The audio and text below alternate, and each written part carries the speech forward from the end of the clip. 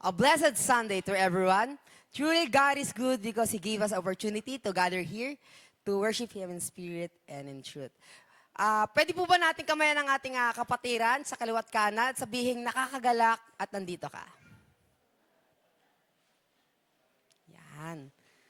Before we start, let me read to you Psalms chapter 33, verse 1 to 3.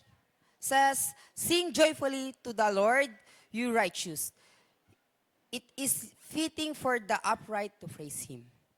Praise the Lord with the harp. Make music to Him on the 10-string lyre. Sing to Him a new song. Play skillfully and shout for joy."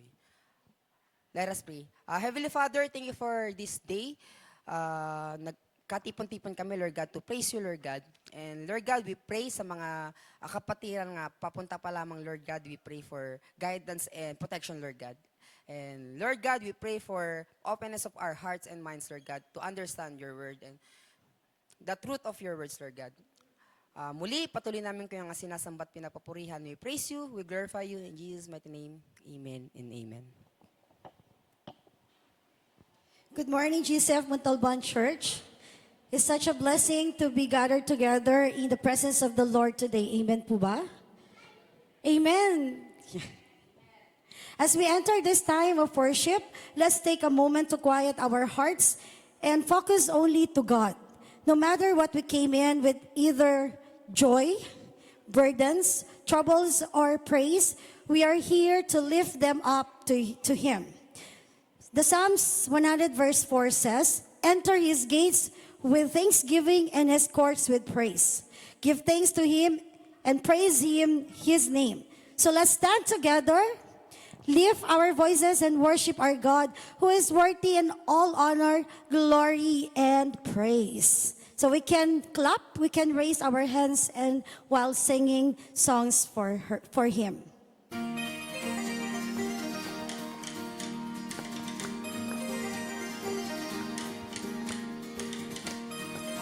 Let's clap our hands.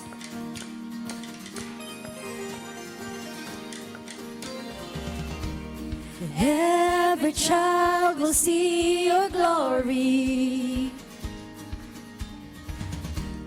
Every nation bow before you. All our treasure turn to ashes in the light of you. Whoa. As we're singing, holy is the Lord Almighty. Only you are worthy, worthy of it all.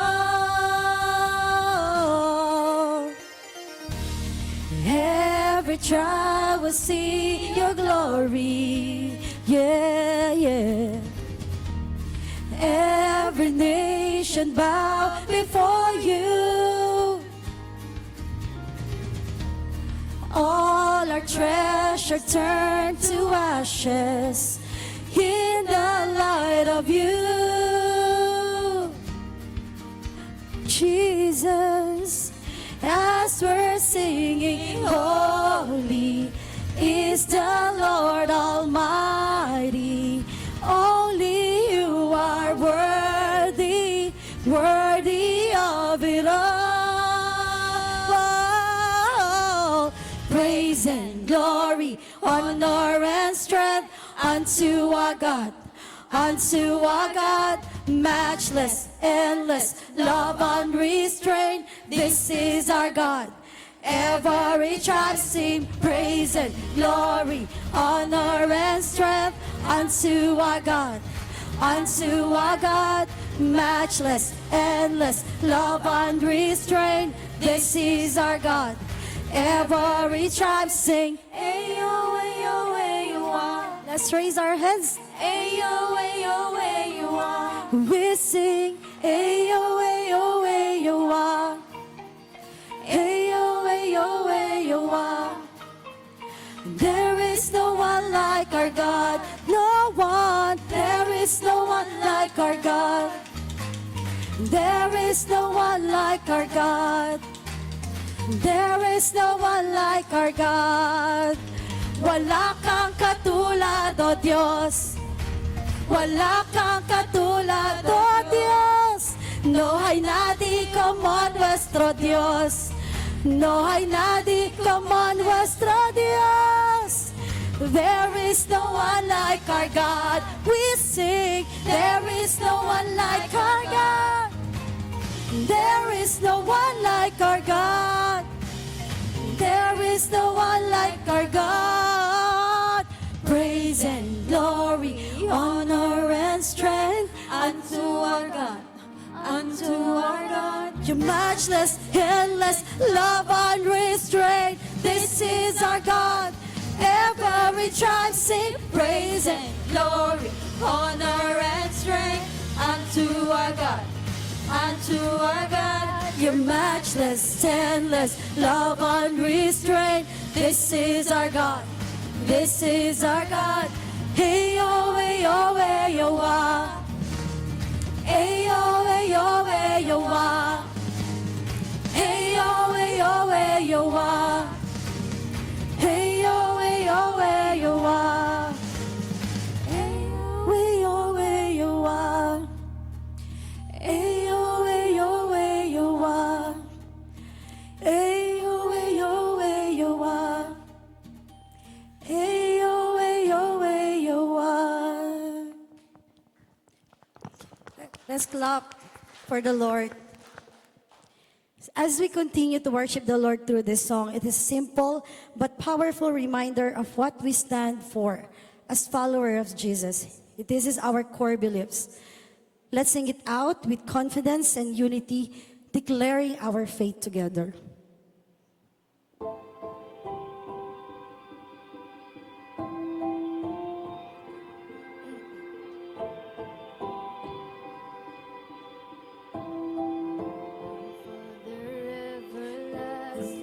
The all-creating one, God Almighty, through your Holy Spirit, conceiving Christ the Son, Jesus our Savior. I believe in God our Father, I believe in Christ the Son, I believe in the Holy Spirit, our God is three in one. I believe in the resurrection, that we will rise again, for I believe in the name of Jesus.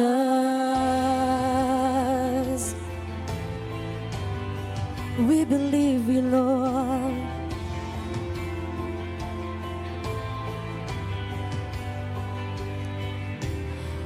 Our judge and our defender suffered and crucified.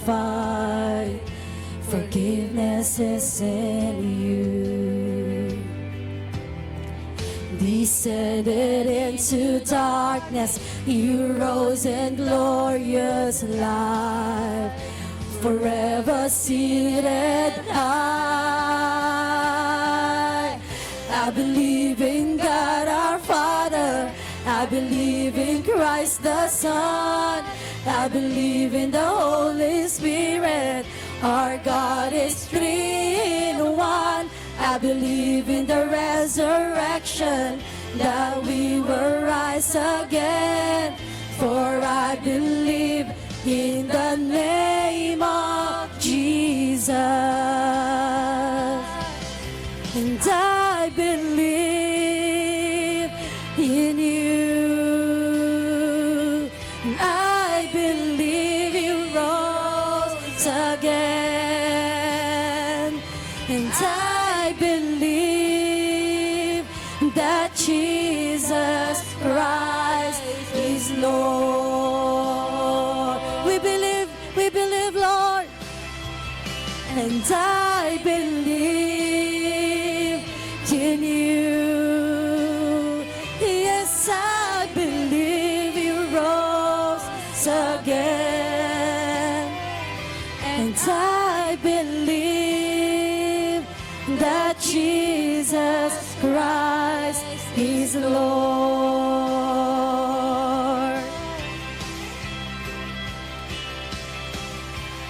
I believe. Come on, church, let's sing this and let's declare this. I believe in Christ the Son. Amen. I believe in the Holy Spirit. Our God is three in Yes, one. amen. I believe in the resurrection, that we will rise again.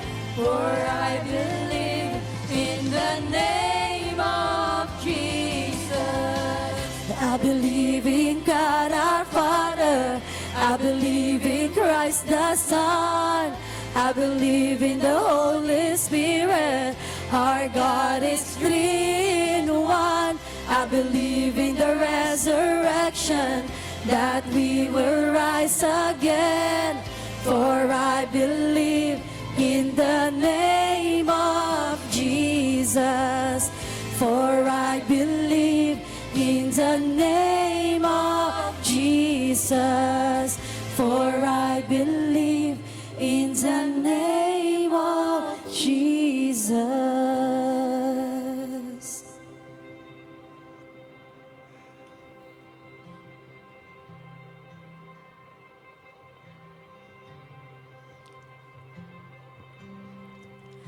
I believe in life eternal. I believe in the virgin birth. I believe in the saints' communion and in your holy church. I believe in the resurrection when Jesus comes again.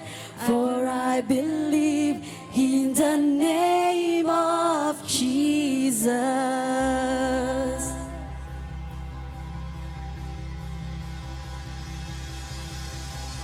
I believe in God our Father. I believe in Christ the Son. I believe in the Holy Spirit. Our God is three in one. I believe in the resurrection, that we will rise again. For I believe in the name of Jesus. I believe in God our Father. I believe in Christ the Son. I believe in the Holy Spirit. Our God is three in one. I believe in the resurrection, that we will rise again. For I believe in the name of Jesus. For I believe in the name of Jesus. We give you praise, Lord. We thank you for your love. And we believe that you will come to get us. Amen.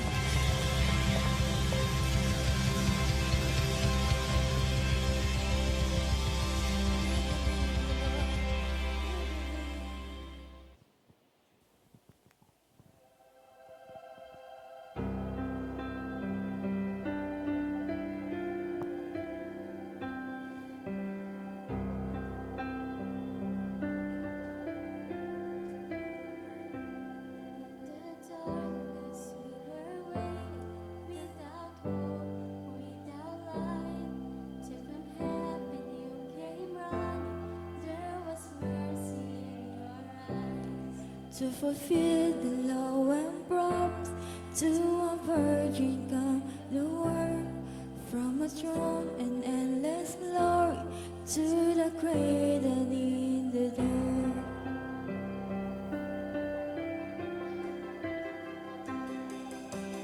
Praise the Father, praise the Son, praise the Spirit, three in one. God of glory, majesty, praise forever to the King of Kings.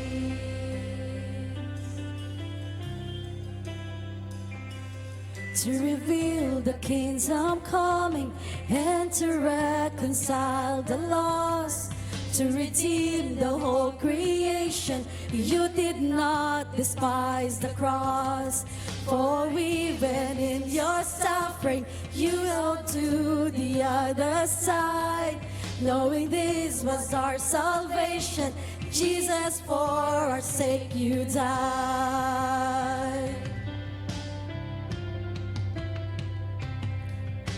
Praise the Father, praise the Son, praise the Spirit, three in one. God of glory, majesty, praise forever to the King of Kings.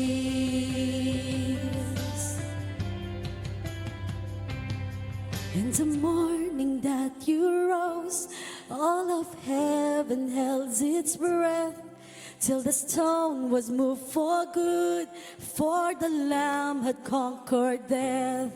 And the dead rose from their tombs, and the angels stood in awe, for the soul of all who'd come to the Father are restored.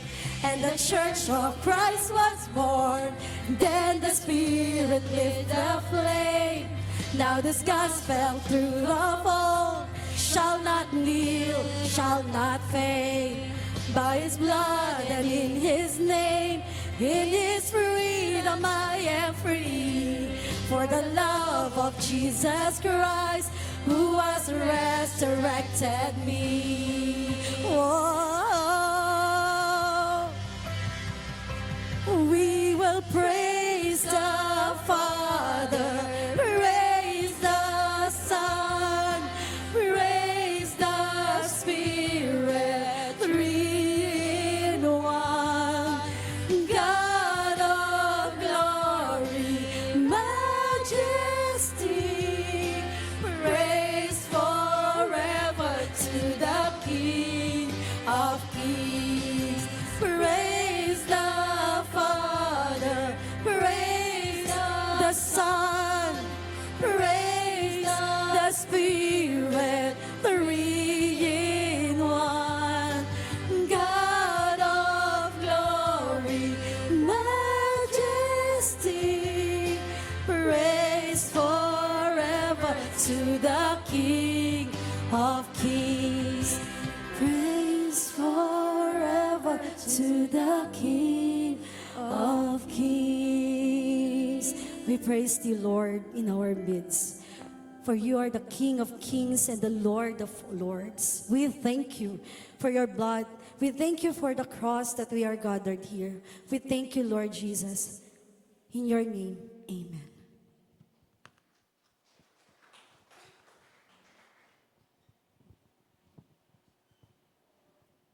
Will be seated.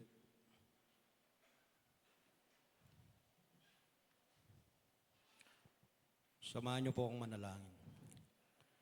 Aming Diyos na dakila, maraming salamat po, Panginoon, sa mga panahon na kami po ay inyong tinulungan, Panginoon, sa panahon na kami po ay nangangailangan, Panginoon. Nawa, Panginoon, sa patuloy namin pagsamba, Panginoon, na dinggin ang lahat ng aming hinahing sa aming mga puso, Panginoon. Patawarin mo po kami, Panginoon. Kung minsan, Panginoon, na kami po ay natitisod, patawarin mo po kami kung minsan po kami ay nakakalimot, nakakalungkot, Panginoon, na minsan ay hindi po namin kayo napapansin na nandito lang po kayo, Panginoon. Tulungan niyo po kami, Panginoon, kung kami po ay nagkakamali. Dalangin din po namin, Panginoon, ang gawain ito, Panginoon, ay patuloy mo po gabayan sa lahat ng aming hinahing, Panginoon. Ganon din po, Panginoon, dalangin po namin ang aming bansa, Panginoon. Ang aming bansang Pilipinas, Panginoon, na kayo po ang maghari sa mga puso nila, Panginoon, sa mga namumuno, Panginoon, mula sa Pangulo, sa mga kabinete, sa mga senador, down to the local government, Panginoon, papunta sa aming barangay, Panginoon. Lalong-lalo na po, Panginoon, ang aming bayang Montalban, O Lord, na ikaw na po ang bahala po sa mga gabayan niyo po sila, Panginoon, na kanilang panunungkulan na ituwid ang mga pagkakamali ng bawat mamamayan, Panginoon. Ikaw po ang maghari sa kanila, Panginoon, sa lahat ng kanilang pangangailangan. Ganon din po, Panginoon, ang aming bahay-sambahan ng GCF Montalban, Panginoon, na bawat miyembro na po ng simbahang ito, Panginoon, ikaw po ang tumulong, ikaw po ang maghari, nawa, Panginoon, na lubusan mo po ang aming pangangailangan, Panginoon. Lalong-lalo na mo po, Panginoon, sa mga nakakaranas ng kalungkutan, mga may karamdaman, Panginoon. Ikaw po ang magpagaling, ikaw po ang magtama sa kanilang kinakailangan, Panginoon, na maglingkod pa po sila na Lord, na samahan mo po sila na palakasin ang kanilang mga puso at isipan upang makapaglingkod po sa kanila, Panginoon. Dalangin din po namin, Panginoon, ang mga leaders ng aming bahay-sambahan, Panginoon. Elders, deacons, ministry head, teachers, ganun din po, Panginoon, ang children's ministry, Panginoon. Mga missionary, Panginoon, na patuloy na gumagabay po na lumago ang pananampalataya ng bawat mamamayan, Panginoon, na ikaw lang po ang sasambahin, ikaw lang po ang kikilalanin na Diyos at tapagaligtas ng aming buhay, Panginoon. Nawa, Panginoon, na ikaw po ang maghari sa kanila, Panginoon. Nagilan Diyos, nawa, Panginoon, na ikaw po ang sukdulan ng aming mga puso, Panginoon, na ituwid ang aming mga pagkakamali. Dalangin din po namin, Panginoon, ang maghahatid ng inyong mensahe sa araw na ito, Panginoon. Si Elder Jumwel, Panginoon, na lukuban mo po siya ng iyong banal na dugo, ng banal mong Espiritu, Panginoon, na mahihatid niya pong tama, mahihatid niya po na, at may pamuhay namin ang aming matutunan sa aming kongregasyong ito, Panginoon. Nawa, Panginoon, ikaw po ang maghari ng bawat isa sa amin, na ikaw lang po ang maitaas, mapapurihan sa oras na ito. In Jesus' name, Amen.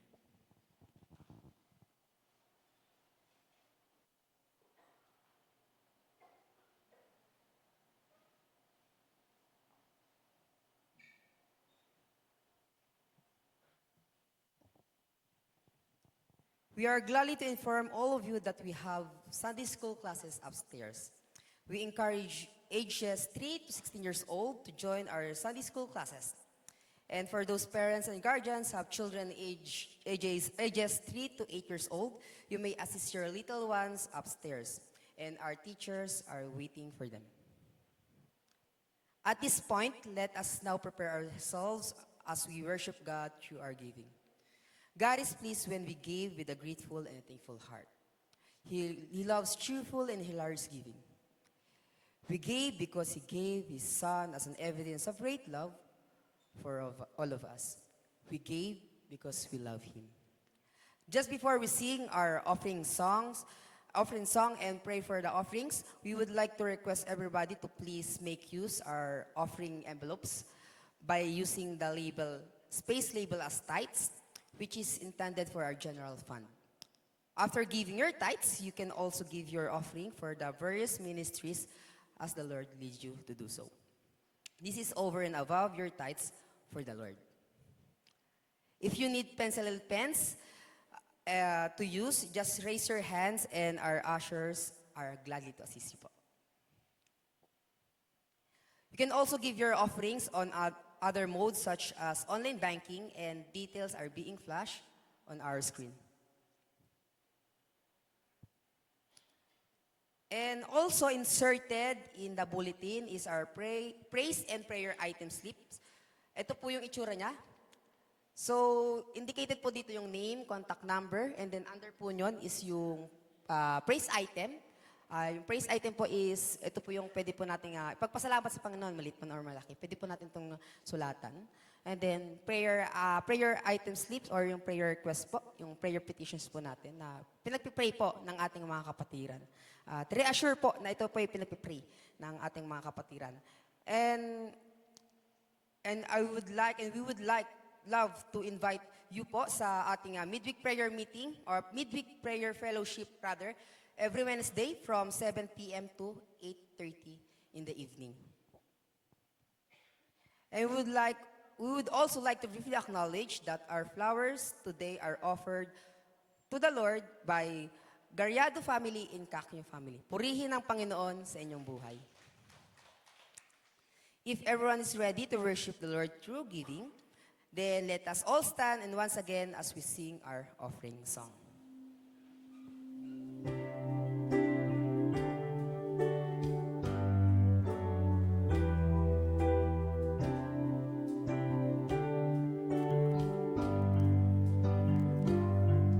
We praise you, Father God, for you alone are worthy. Your goodness and your blessings always overflow. We offer to you our lives as a pleasing sacrifice. We lift up our hearts to you and we thank you, Lord, for your love. Let us pray. Heavenly Father, thank you for this day. Thank you for the opportunity to give back, Lord God, yung mga blessings na ipinagkaloob niyo po sa aming Panginoon. Lord God, we pray for this offerings, Lord God, itong mga ikapo na to, Lord God, ay maging kagamit-gamit, Lord God, sa pagpapalawak ng yung ministeryong pinagkatiwala niyo po sa amin, Lord God. Lord God, we pray, Lord God, for those providing, Lord God, and those workers, Lord God, that i-bless niyo po sila, Lord God, i-provide ng pangangailangan, Lord God. Let your will be done, Lord God, sa aming mga buhay. We praise you, we glorify you in Jesus' mighty name. Amen and amen. For our announcement, you can find them in the slip insert in our bulletin. So sa loob po ng bulletin, meron po tayong may mga announcement slips po tayo. Makikita po natin. Para masundan po natin.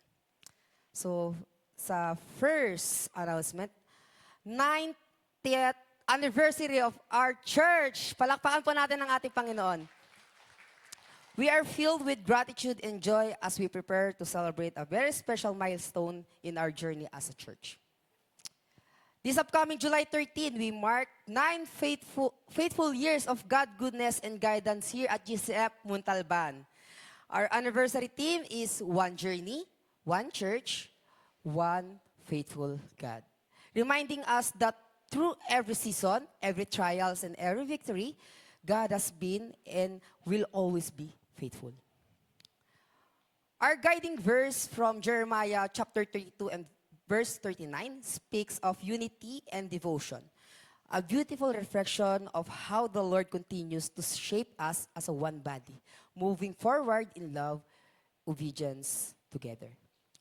So we want to invite all of you, your family, your friends, to come and be part of this celebration. Wherever you've been with us since the beginning or you just joined our journey recently, you are a part of this story and we will be honored to celebrate with you. Let us come together on Sunday, July 13, to worship, remember, and give thanks for all that God has done and all that He is still doing. Because after all, it's not just our story, it's His story. See you, GCF Montalban family. So, second announcement, couples, Song of Songs, inviting all couples to join us for the fourth part of the study of Book of Song of Songs. It will be held here at Worship Hall right after second service on June 8, which will be served, lunch will be served. So, no need na po tayong umuwi dahil meron po tayong food or lunch na pagsasaluhan.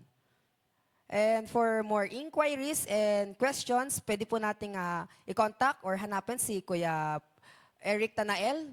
Saan po si Kuya Eric to recognize po? Wala pa po. Si Ate Hermie Tanael. Yan. Ayun po, sila po yung pwede po natin kontakin kung may mga questions po tayo, inquiries. And that's all. And thank you po.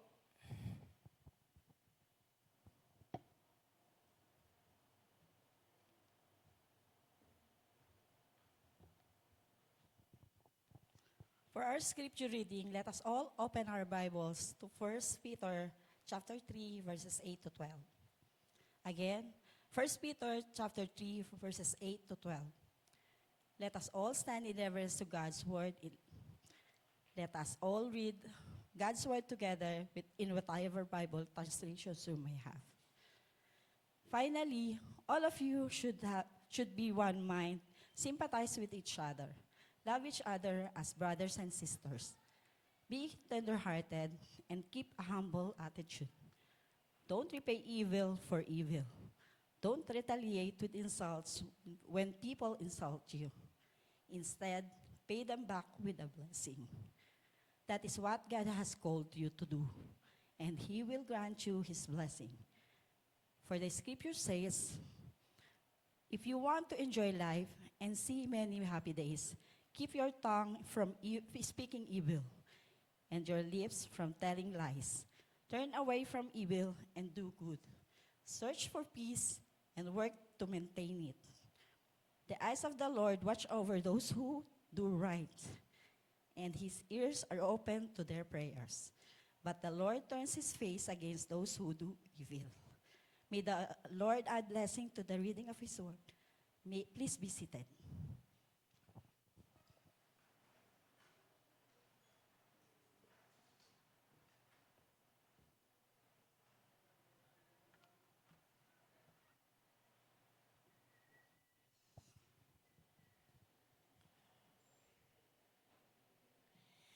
Yeah, isang maganda at mapagpalang umaga po sa ating lahat. Yes. So napakabilis po ng panahon, no? Kalahating taon na. So napakabilis. So ito na naman po tayo. So malapit na magpasukan ng klase. At maghahanda na naman ang magulang sa pasukan. Tama po ba? Bilihan ng uniform, gamit, at higit sa lahat bayaran ng tuition fee. Okay pa. But the Lord remains faithful na as we walk, as we journey through our relationship with our Lord Jesus Christ. Now,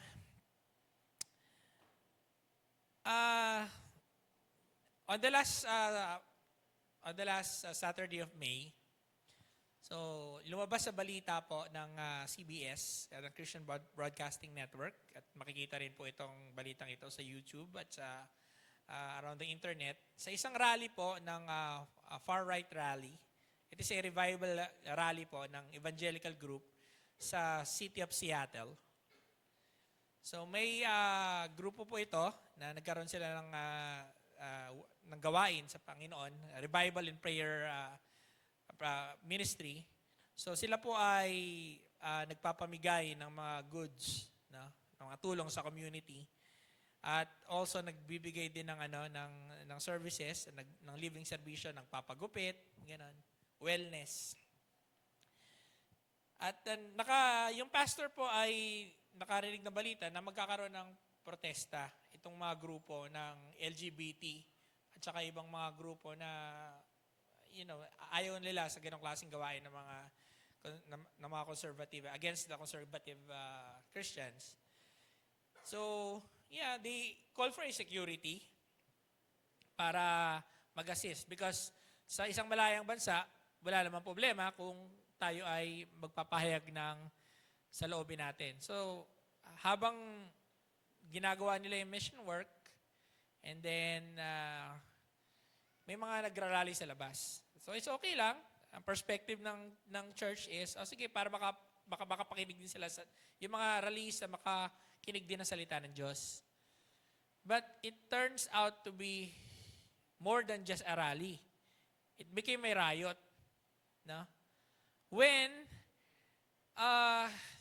the protesters na kasama sa mga LGBT groups at ibang mga grupo ng ayaw nila, Antifa kung tawagin nila, local terrorists, start throwing balloon na merong mga lamang ihi on people and starting to pumasok dun sa loob ng barricade nila.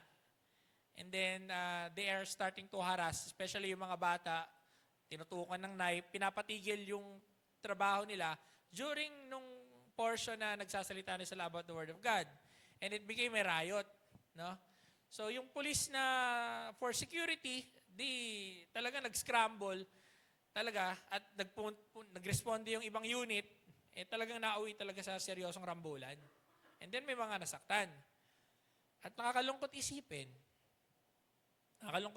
po na yung mayor, kasi inaatake niyo yung paniniwala nila. They sided with the other side. No?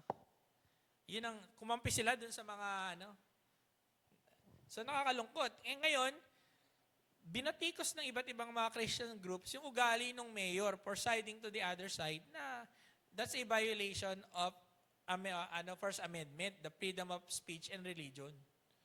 No? And then dumating na sa national level at sa Office of the President and they're addressing something because Christians are being harassed. No? Hindi naman ito bago sapagkat nung panahon ng ating nung panahon ng mga apostles, talaga namang ang mga Christians ay nasasangkot sa mga ganitong klaseng bagay. No? When Christians pursue righteousness, there will always been an opposition. No? Laging may opposition. No? Now, ano ba yung purpose natin? No? When we received Jesus Christ and we became a truly devoted followers of Jesus Christ, so, gaya ng mga previous na napag-aaralan natin at tinuro ng ating mga elders, tayo, we have to belong, kailangan mapabilang tayo sa body of Christ. We have to find a church when we can grow. Why? Gaya ng na previous na pag-usapan, because we have to belong to the body of Christ, to the bride of Christ. No? Kailangan umanib tayo doon. Bilang katawan, kaanib sa katawan ni Jesucristo bilang kanyang asawa. No? At tayo ay patuloy na lumago. At para ma-achieve natin yung purpose natin kung bakit tayo ay nananampalataya at bakit tayo sumasampalataya. Apo? Sinasabi nila ang purpose doon natin is go and make disciples. No, it's not. That's a command. Yun po ang utos ng Panginoon. Ang purpose ng pagiging tunay na mananampalataya ni Jesucristo ay ito po sinasabi sa Romans chapter 28, verse 29. Yan. At sinasabi, and we know that God causes everything to work together for good for those who love God and called according to the purpose for them. Brace yourselves because this is our purpose. Tandaan po ng bawat isa sa atin ito. For God knew His people in advance, and He chose them to become like His Son, so that His Son would be the firstborn among many brothers and sisters. To become like His Son, to become like Jesus Christ. No? Sa Tagalog, maging kawangis. Yun ang purpose. Maging kawangis ng ating Panginoong Hesukristo. Amen po ba? Yan ang ating pinagsusumikapan.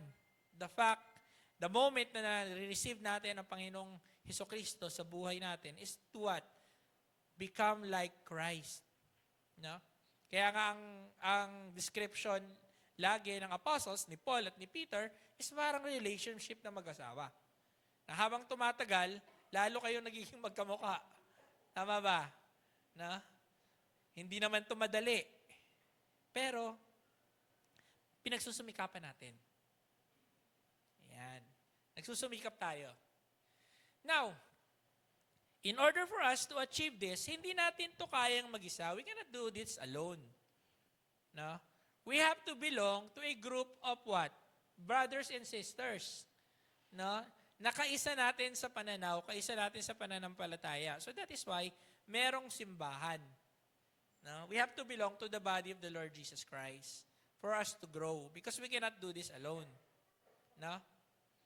Yun yung step. The moment nakakilala, di ba? No, ako po ay nasa CCC, Campus Crusade for Christ, di ba? Okay, sharing the gospel is sinasabi doon and leaving the result to God. Ayun. Tawag nito. Success in witnessing is sharing the gospel to the power of the Holy Spirit and leaving the result to God. Diba po? So, sa pamamagitan ng Holy Spirit, we share the gospel, bahala na ang Diyos. The moment na nakakilala at nangusap ang Panginoon, ang tunay na mananampalataya na nagsisi sa kanyang kasalanan ay maghahanap talaga ng fellowship. Na? Maghahanap talaga siya ng paglago. Now, at kinakailangan din po na ang iglesia ay handa to accommodate ang ating mga kapatiran na sa paglago sa pananampalataya. And the church must be what? Healthy. Tama po ba? Kinakailangan healthy ang ating panambahan, no? Nagagamitin ng Panginoon. Now, speaking of healthy, meron daw 10 indicators of unhealthy church. Di ba? So, there are references na nakalagay po dito, but to summarize that, meron daw 10 bagay na indicators na kapag ang isang iglesia ay hindi healthy. Na? So, pag hindi healthy, hindi lumalago. Diba? So, among these 10, according to the articles, pinagsama-sama, ay ito: absence of love and unity, neglect of sound biblical teaching, toxic and dysfunctional leadership, lack of clear vision and purpose. Yung purpose po, no? So hindi itinuturo yung buhay na may kabanalan. No? Tapos yung sound biblical teaching, kung ang simbahan ay lagi lamang nagsasabi ng mga bagay na, alam mo yon, inspirational, kung tawagin. Di ba? Nakaka-inspired. Paano masagot ang ating panalangin? Paano pagpalain ng ating Panginoon? Na financially. Na hanggang doon lang. Wala talaga yung focus doon sa kung paano mamuhay na matuwid sa harapan ng Panginoon. Lack of vision. No? Prioritizing the performance over God's presence. Oh, ang ganda-ganda ng worship hall. Talaga nakapostura yung mga ushers. Lahat. Sinasabi, spiritual strength and no evidence of growth, compromised moral standard, dependence on single leader, isa lang talaga. Diba? Yung pastor para siyang alpha and omega, no? Or church leader, na siya lang yung lagi nasusunod. Yan, hindi siya healthy. And lack of genuine community and fellowship, of course, and no evidence of spiritual fruit. But today, pag-aaralan natin ang dalawa sa kanila. Okay, based on passage natin, is yung absent ng love and unity, and of course, compromise on moral standards. Na? Kasi ang pinag-uusapan natin is yung buhay na ayon sa ating Panginoong Hesukristo. Yung buhay na mayroong kabanalan.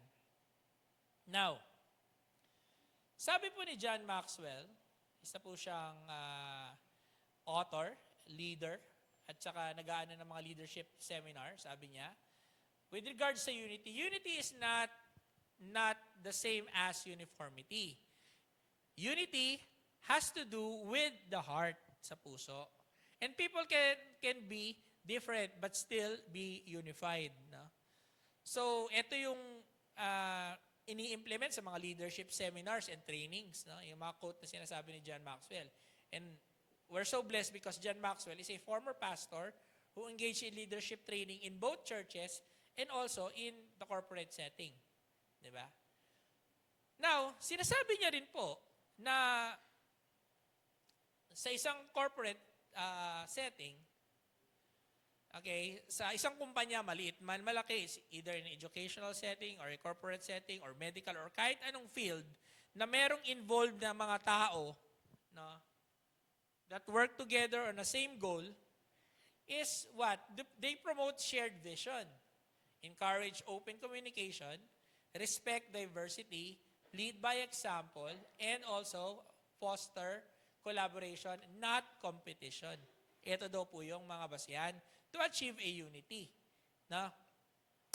So, gaya ng Jollibee, diba, meron sila mga mission, anong product na isi-sell nila, diba? May lahat ng mga company, pharmaceutical company, Toyota, car company, medical field services, lahat yan meron silang goal.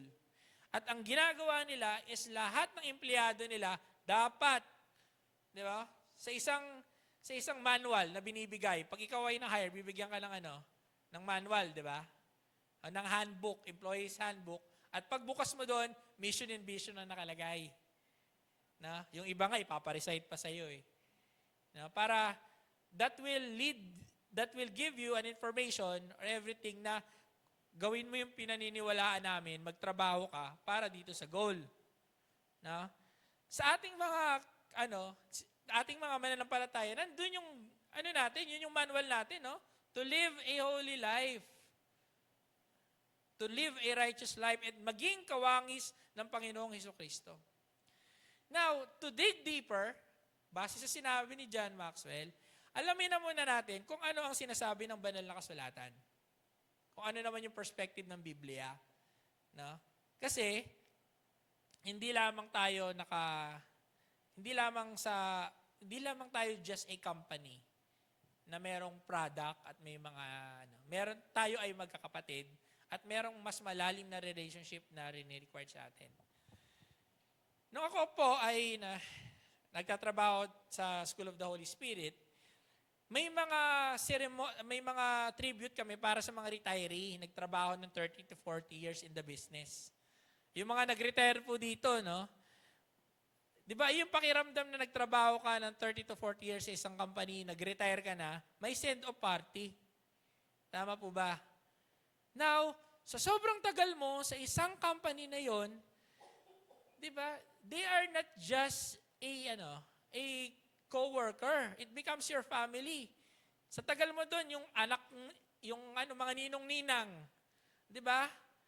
O, yung mga ninong-ninang, kanino kinukuha? Doon sa kaibigan mo sa company. Tama ba? And then, those ninong-ninang mo, you call it tito-tita. Di ba? So, and then they reminisce yung time na una silang pumasok, magkakabatch sila na sabay-sabay. Tapos, nag-retire na yung iba nauna, yung iba magre-retire pa lang, yung iba, rinireminisce nila yung pagkakataon, and ito yung sinasabi nila, no? Where co-workers become more than friends. They are what? Family. Pamilya na ang turingan. Nawa po, ang panalangin na sana dito sa iglesyang ito, na dumating man ng panahon, people will come and go. Na po, may mga anak na nandiyan dyan, Sunday school, lagumpis sa Sunday school, or nakasabay mo dahil pareho kayong nasyara ng gospel, pumasok kayo na sabay-sabay. It will not just become a brothers and sisters, it will become a family. Na po, yung mga ninong ko po sa kasal, is, dati ko pong tinatawag na Sister Beth, Brother Tony, ganon, kasi, hanggang dumating yung panahon that we are not just a member of a church, but a family. Tito at tita namin, ang tingin namin sa kanila. Di ba po? Yung mga nanggaling dito sa matagal na iglesia, ganon ang treatment. Di ba? Sana dumating yung panahon. Darating, not sana. Darating ang panahon na magiging ganon din ang iglesia natin. No? Now, but hindi siya ganon kadali because there's a process na pagdadaanan. No? Maraming lakbangin. Gaya ng pagiging isang mag-asawa, may mga hakbangin at may mga pagdadaanan. Now, so 1 Peter 3:8. So bago tayo mag-umpisa ulit, na pagdaanan nitong mga verses na ito, ano yung pinaguhugutan ni Peter? Bakit niya sinulat ito? This is the epistle or the letter of Peter to the Jews and Gentiles that scattered in Asia Minor, the modern day Turkey. Na kung saan, hindi lang Turkey, nandiyan yung Syria, nandiyan yung Lebanon, nagkalat sila. Okay? So, simple story lang, the moment na si Jesus Christ ay nag-resurrect from the dead, and then when they receive the power of the Holy Spirit, no, ang Christianism po, no, itong religion na to ay talagang kumalat yung mabuting balita sa iba't ibang region. Nung una-una sa Jerusalem or sa Israel. And then, they suffer persecution. Na-disperse yung mga tao, na-disperse yung church. Napunta sa ibang lugar. And then, there's a time na nagkaroon ulit ng mga ibang mga church na mas maliit pa. And then, na-disperse na naman ulit hanggang kumalat. So, ibig sabihin, minsan nga kapag komportable na masyado ang simbahan, di ba? Na sila-sila na lang. Ang ginagawa ni God, minsan dinidisperse siya due to what? Sa pamagitan ng persecution for them, na kumalat yung gospel. No?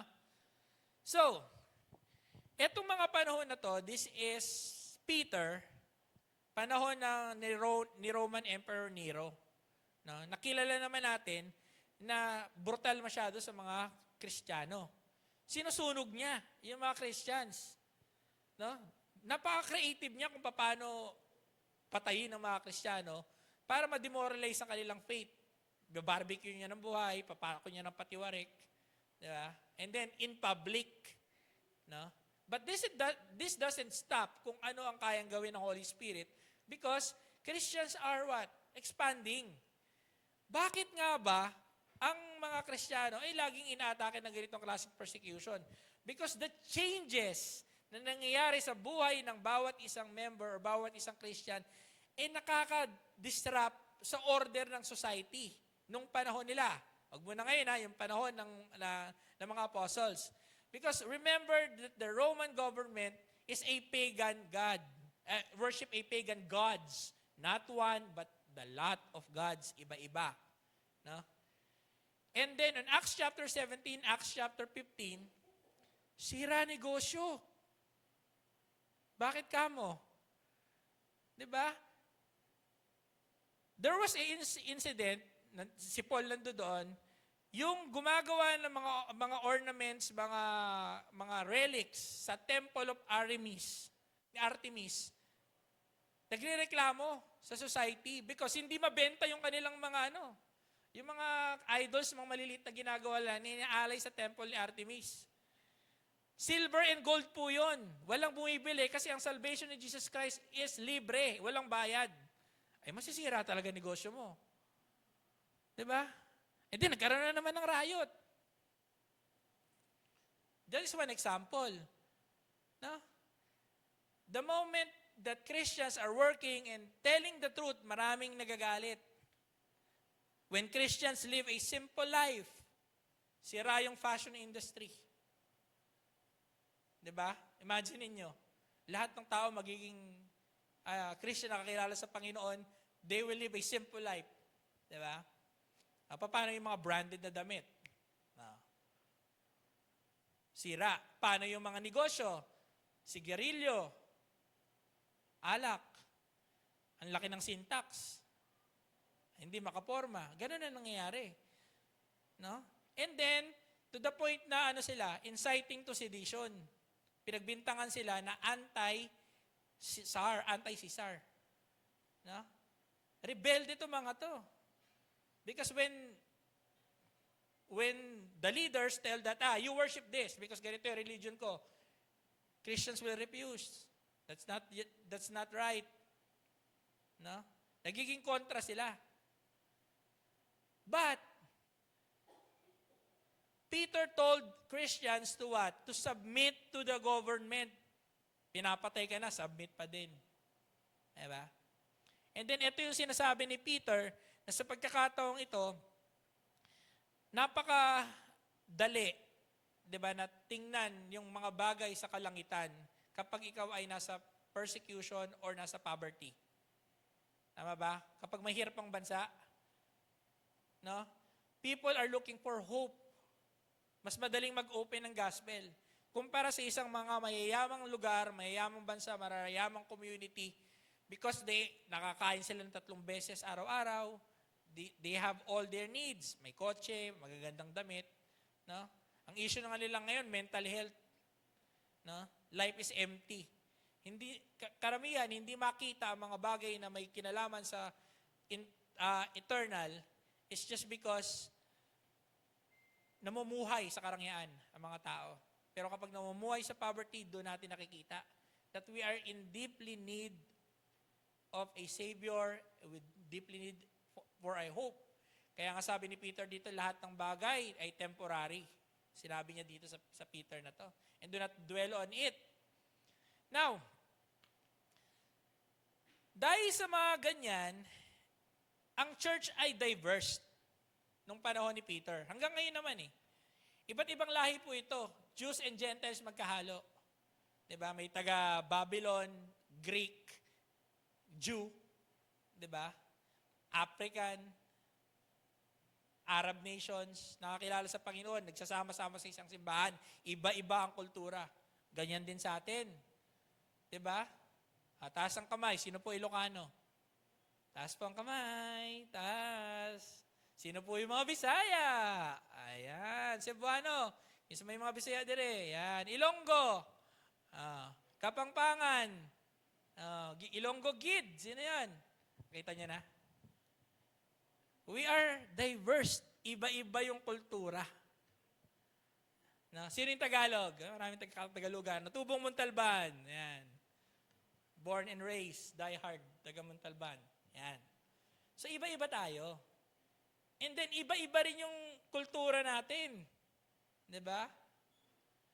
Yung mga taga Mountain Province dyan, kumakain ng anay.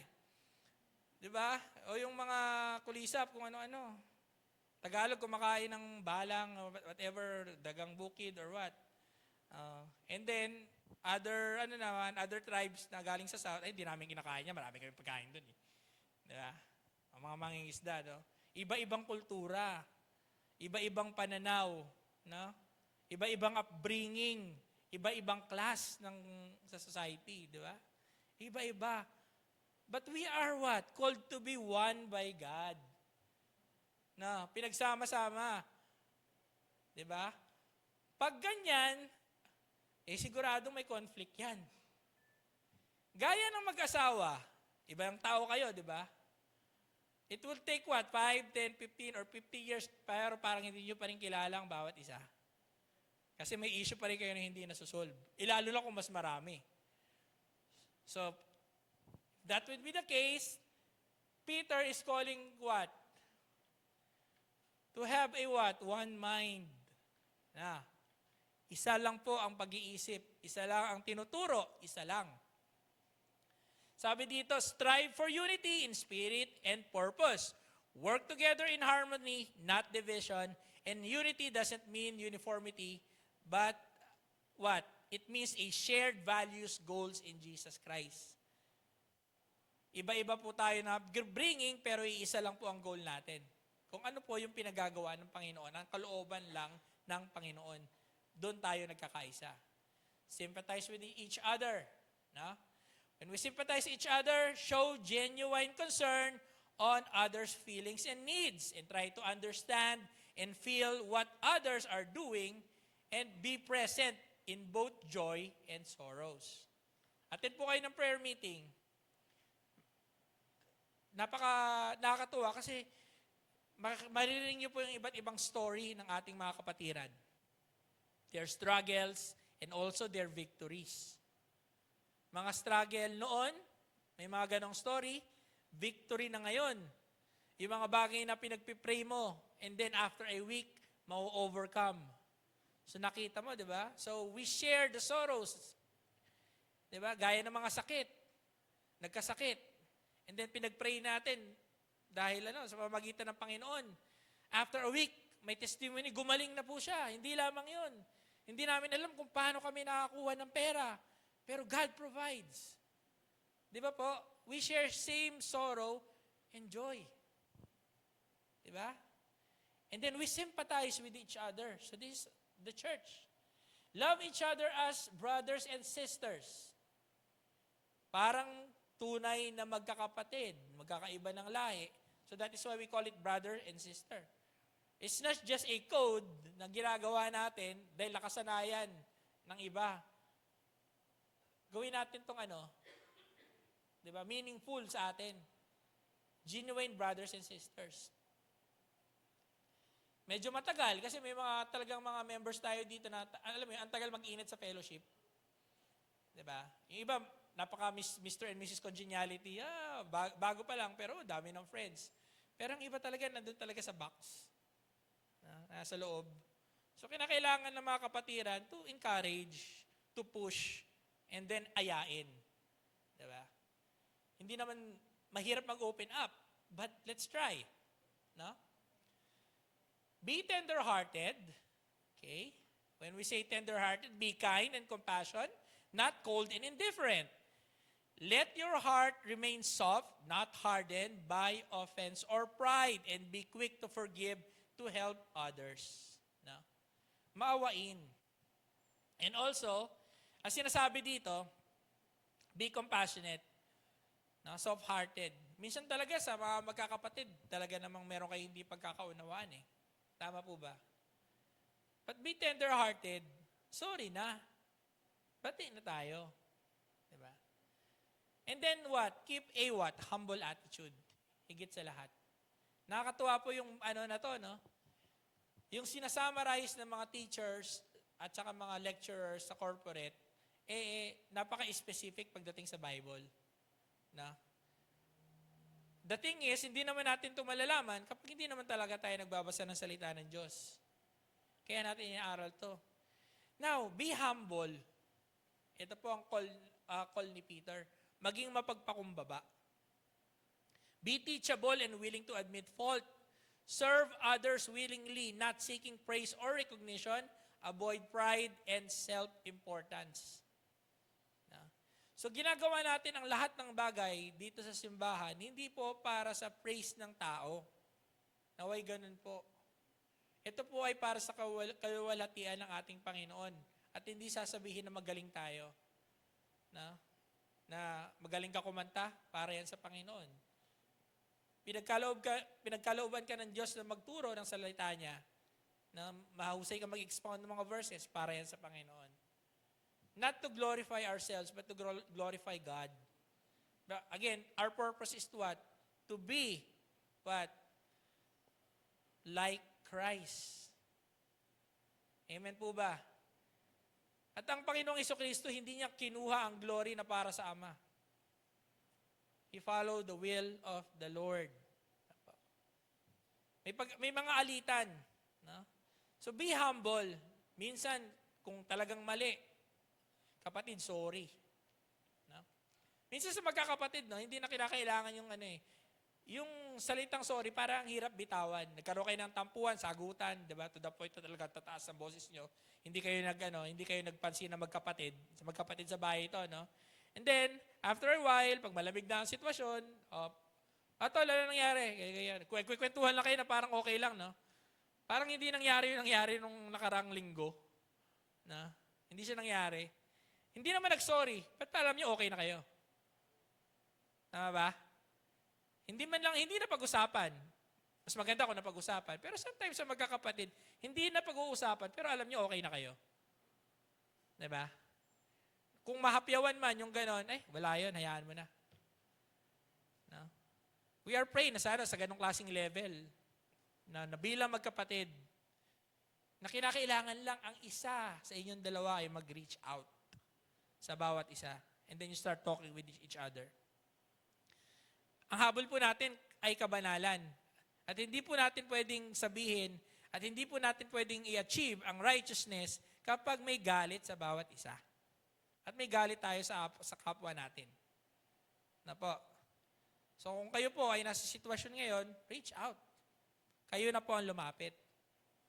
Yeah? Kung ayaw pa rin kayong pansinin, lapit pa rin. Pag ayaw talaga, lapit pa rin. Reach out pa din. Lalambot din yan. No? So kahit gaano katigas ang bato, pag tuloy-tuloy yung tubig, bibiyak din yan, tulo ng tubig, bibiyak din siya. Okay? A water can penetrate kahit sa pinakang maliit na pores ng bato, talaga. So, make allowance, sabi sa Colossians 3:13, make allowance for each other's fault. Allowance. No? So, ibig sabihin nun, may karagdagan. And forgive anyone who offends you. Remember, the Lord forgave you, and you must forgive others. That's Colossians 3:13. And also, behold how good and pleasant it is for brethren to dwell together in unity. That is on Psalm chapter 133, verse 1. Okay? Ang kabanalan or righteous life removes the roots of division, pride, and jealousy. Amen po. Walang mainggitin. Yan. Ay, hindi po ako nagsabi nito. Ito po ay nakalagay sa salita ng Diyos. No? Binabasa ko lang. Okay. Number 2. Righteous living rejects evil and pursues peace. Ayan. So, do not repay evil for evil. May ginawa sa'yo, gaganti ka din. Na? Kahit nga si Peter, kahit gaano kasama ng gobyerno, pinipersecute na sila. Binabarbecue na sila. And yet, they do not fight back. Na po. Ang dami namang Christian eh. No? Hindi sinabi na, sige tayo mga Kristiyano, inapin na tayo, kumuha tayo ng espada, sugurin natin ang Roman Empire. Walang ganun. It doesn't happen because, diba, do not repay evil for evil. Don't retaliate with insult when people insult you. Ang hirap nito. Diba? Napakahirap po nito. But God said, Peter, diba? The Lord said, advise to Peter when you are insulted. No? So the words can hurt deeply, but God calls us to what? Self-control. Avoid verbal revenge. Don't meet harsh words with what?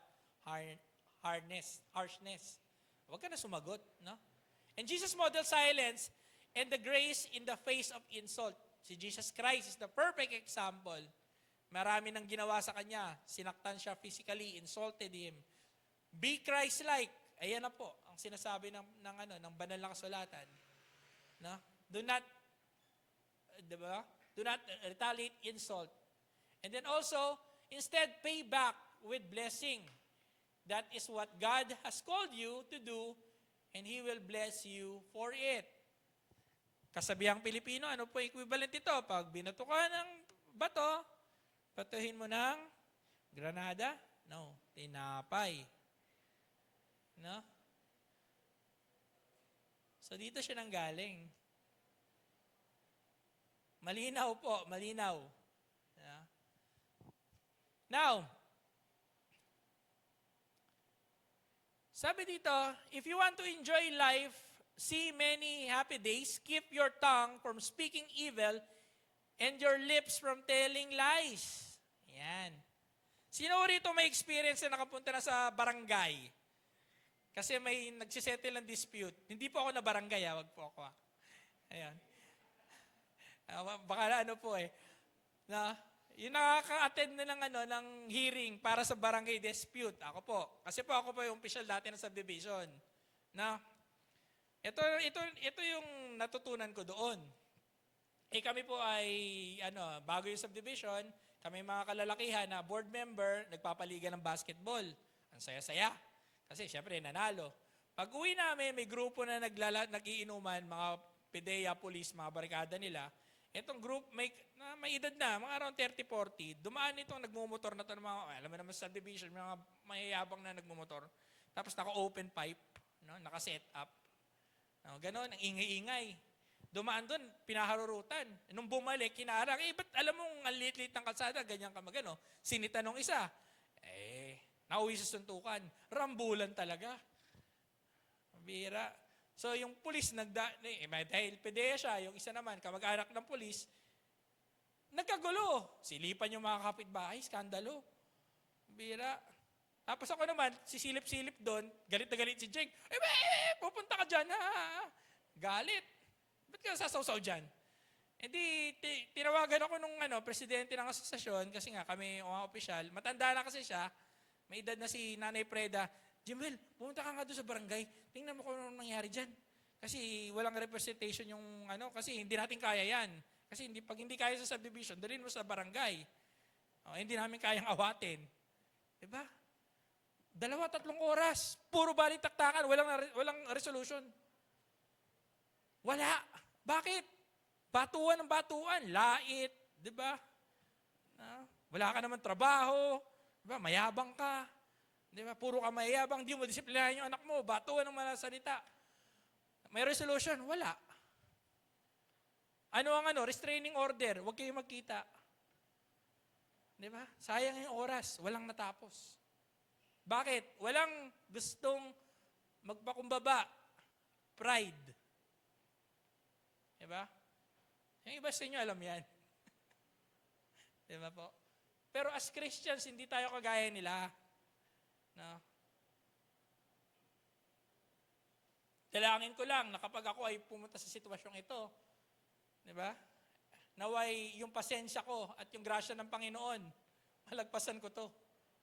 At ang bawat isa sa atin. Amen po ba? Now, turn away from evil and do good. Search peace and work to maintain it. Be a peacemaker, ang sabi ng ating Panginoon. No? So righteous living is not passive. It requires active choice.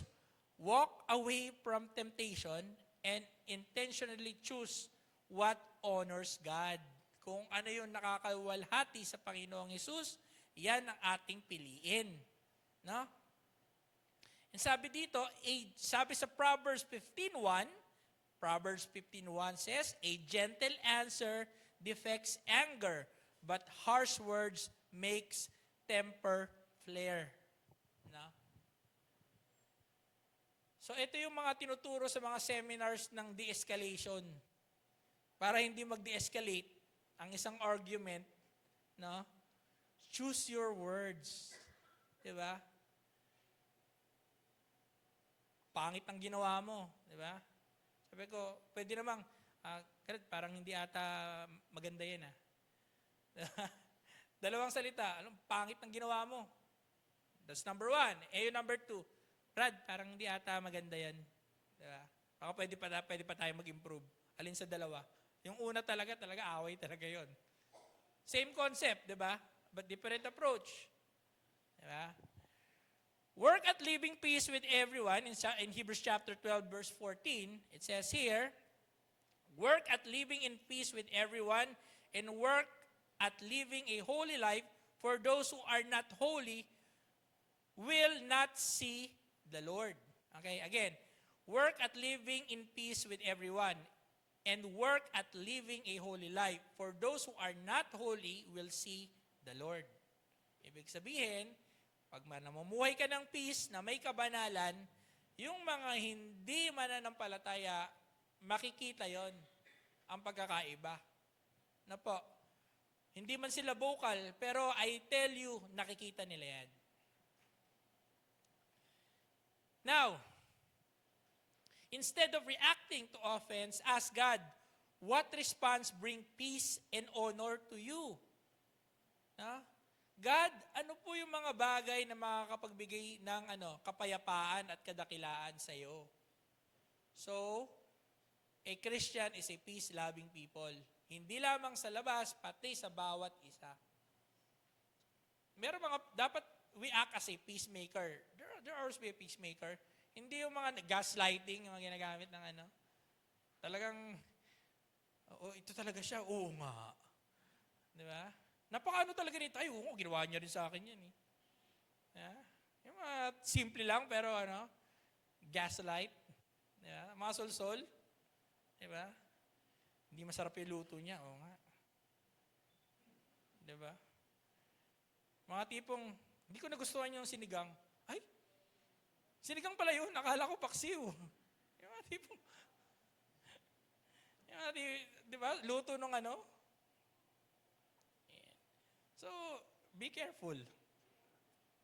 Nangyayari yan sa handaan, di ba?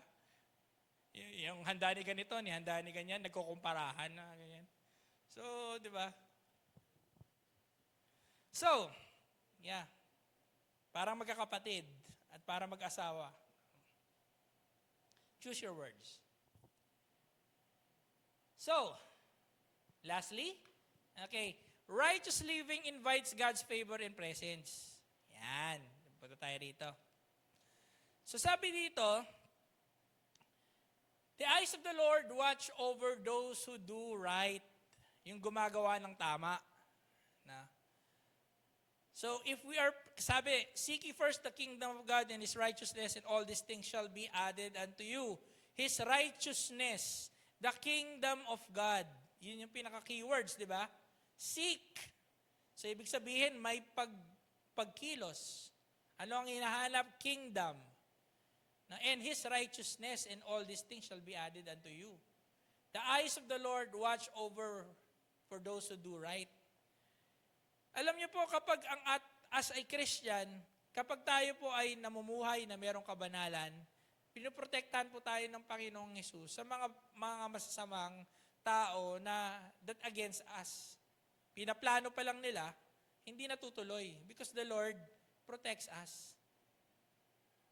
Amen po ba?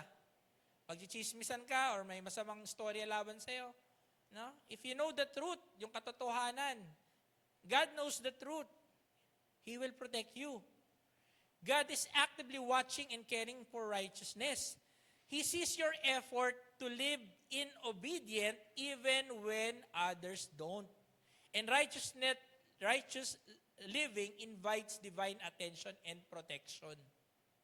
Ano po? Kaya ang panalangin natin araw-araw that the Lord will protect us, protect our family. No? Paano po protektahan? Numero uno ka nagpapakalat ng masamang chismis at palaaway ka. Di yung kaaway mo, gagantihan ka din, gagantihan yung pamilya mo. Diba? Minsan nga, ang masakit, wala kang kinalaman kasi yung kapatid mo, sira ulo, damay ka. Yun po. Diba? Ang bait-bait mo, wala ka namang ginawa, may harang sa'yo. Diba? Ikaw ba yung kapatid niya na? Opo. Diba?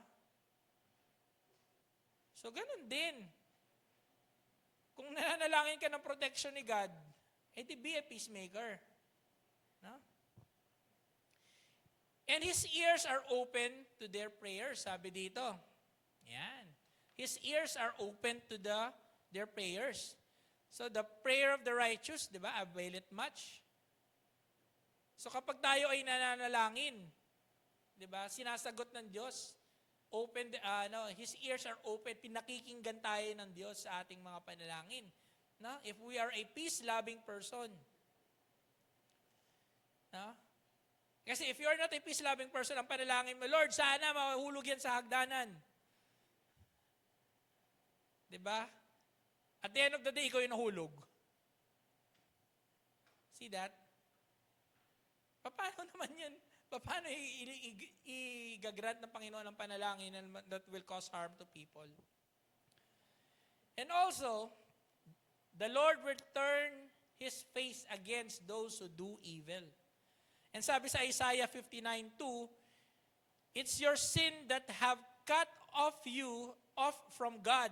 Because of your sin, He has turned away and will not listen anymore.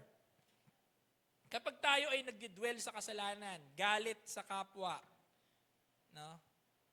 If we are engaging in sexual immorality, no?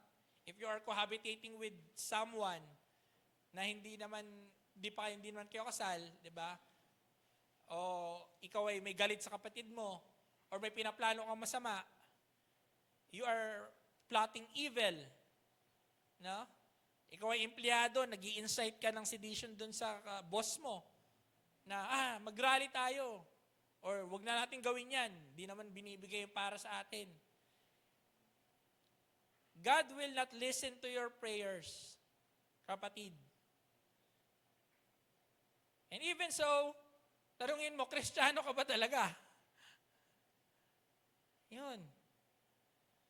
So now, habang tayo ay nag-journey sa buhay mananampalataya, pagsumikapan natin na mamuhay ng banal. And sabi sa James chapter 15, confess your sin to each other and pray for each other so that you may be healed. The earnest prayer of the righteous person has a power and produce wonderful result. So kailangan talaga natin din ipag-pray ang ating mga kapatiran. Someone na meron tayong accountability partner to share with. Hindi naman lahat. Pili tayo ng ating mga kapatid. No?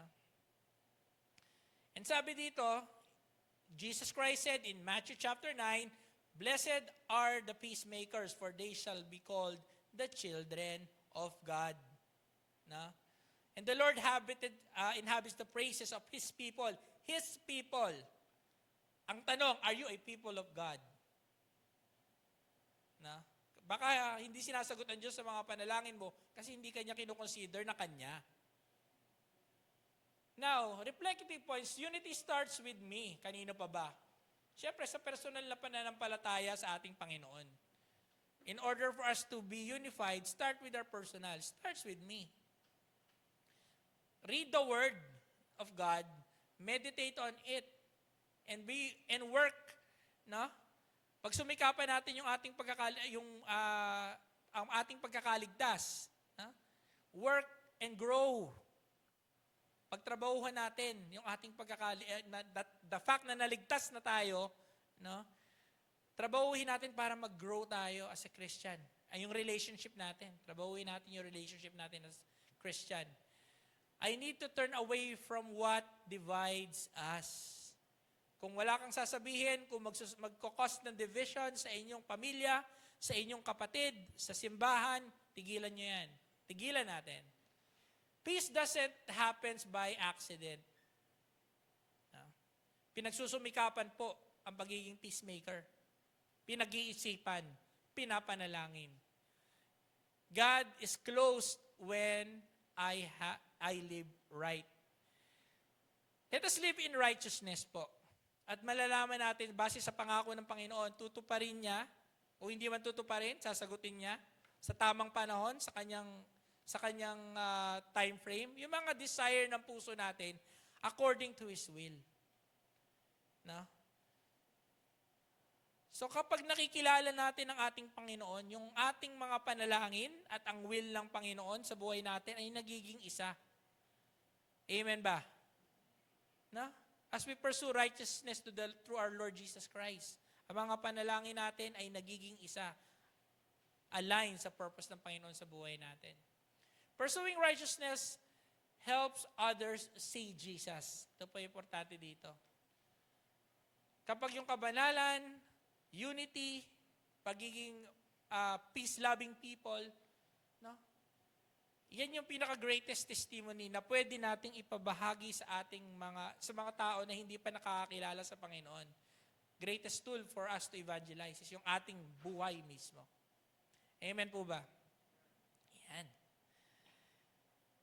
So tayo po ay manalangin.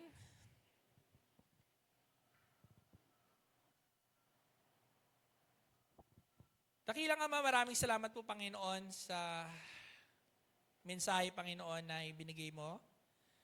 Salamat, Panginoon. Tulungan niyo po kami, Panginoon, na to be a peace-loving people, united, O Lord God, kaisa, Panginoon, sa kabanalan mo, Panginoon, O God. Tulungan niyo po kami, Panginoon, na bantayan namin ang bawat isa, na sa gayon magawa mo po, Panginoon, magawa namin ang purpose mo, Panginoon, sa buhay namin, Panginoon, O God. Na habang tumatagal, O Lord, lalo kami maging kawangis mo, Panginoon, at maging karapat-dapat, Panginoon, O God. Lord, we pray, Panginoon, ang iglesyang ito, Panginoon, ay ibuklod mo, Panginoon, O God. Pag-isahin mo, Panginoon, at walang mga dispute na maganap, walang pagkakahati-hati, Panginoon, O God.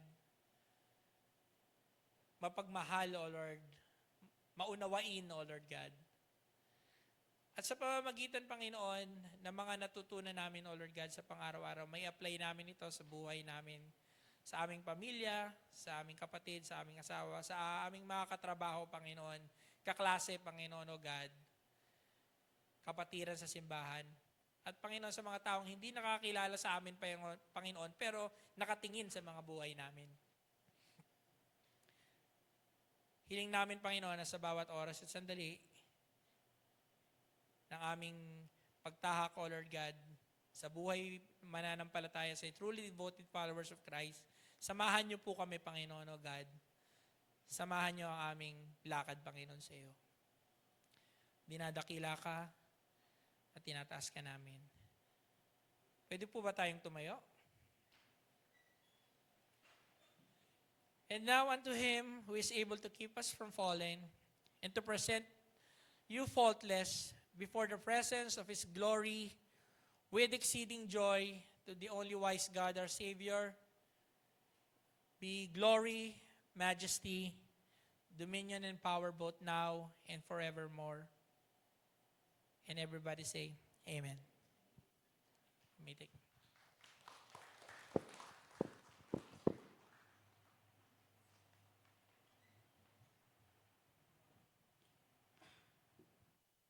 Please be seated.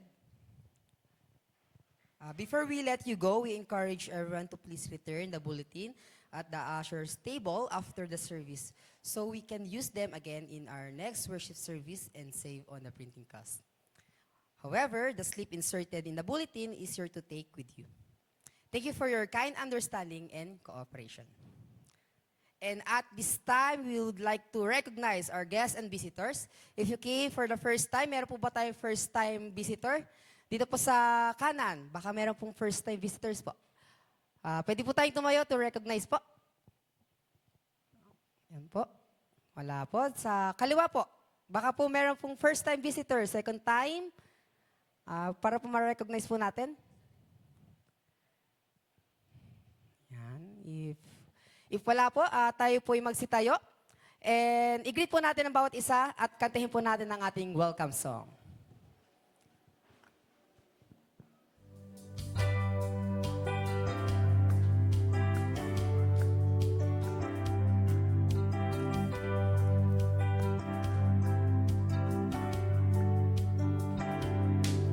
We welcome you today to our fellowship. We are glad to see you share your love with us. As a family, we'll grow together, worshiping our Lord and King with all our hearts. We welcome you to GCN.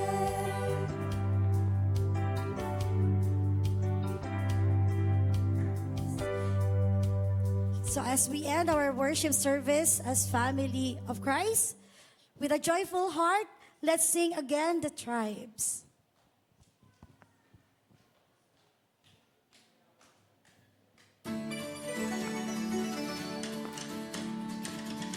Thank you, GCF Muntalban, for coming. May the Lord bless you and keep you safe.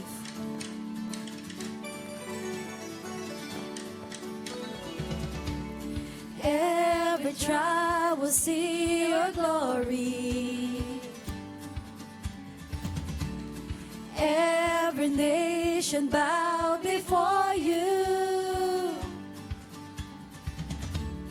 All our treasure turn to ashes in the light of you.